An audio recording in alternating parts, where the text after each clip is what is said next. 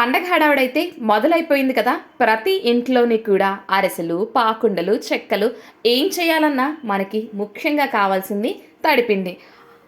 ఇది ఎలా చేసుకోవాలో బిగినర్స్‌కి పూర్తి వివరంగా అయితే వివరిస్తున్నానండి. ముందుగా మనకి ఎంత బియ్యం కావాలో అంత బియ్యాన్ని తీసుకొని 2 సార్లు కడిగేసి 24 గంటలు అలా వదిలేయండి. మధ్యలో 2 సార్లు మాత్రం నీళ్లు మార్చుకుంటూ ఉండండి.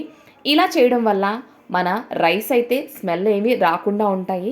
తర్వాత బియ్యాన్ని మరొకసారి కడిగేసుకుని ఒక చిల్లుల బుట్టలోకైతే వేసేసుకుని ఇలా నేను చూపిస్తున్న విధంగా 2 గంటలు వదిలేయండి.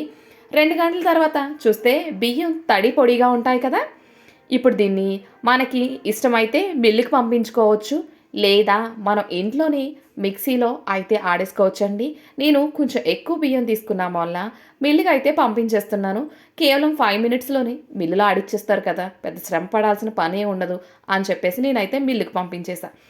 మిల్లుకి పంపించేసి వచ్చిన తర్వాత చూస్తే చూడండి పిండి చాలా సాఫ్ట్‌గా ఉంది. చూసారా? ఇప్పుడు దీన్ని పూర్తిగా జల్లించేసుకుందామండి. ఎక్కడ కూడా ఒక బరకంటూ ఉండకుండా మనం కంప్లీట్ స్మూత్‌గా అయ్యేలాగా మనం జల్లించుకుందాం. ఇలా జల్లించుకున్న పిండిని మనం ఒక ఎయిర్ టైట్ కంటైనర్‌లో అదిమి పెట్టామంటే గనక మనకి ఒక 10 రోజుల దాకా పాడవకుండా అయితే ఉంటుందండి పిండయితేని. మనం ఎప్పుడైనా రెసిపీ చేసుకోవాలనుకుంటే గనక అప్పుడు కొద్దిగా తడిపిండి తీసుకోవడం, జల్లించే ఉంటుంది కాబట్టి మన పని మరీ ఈజీ అవుతుందండి.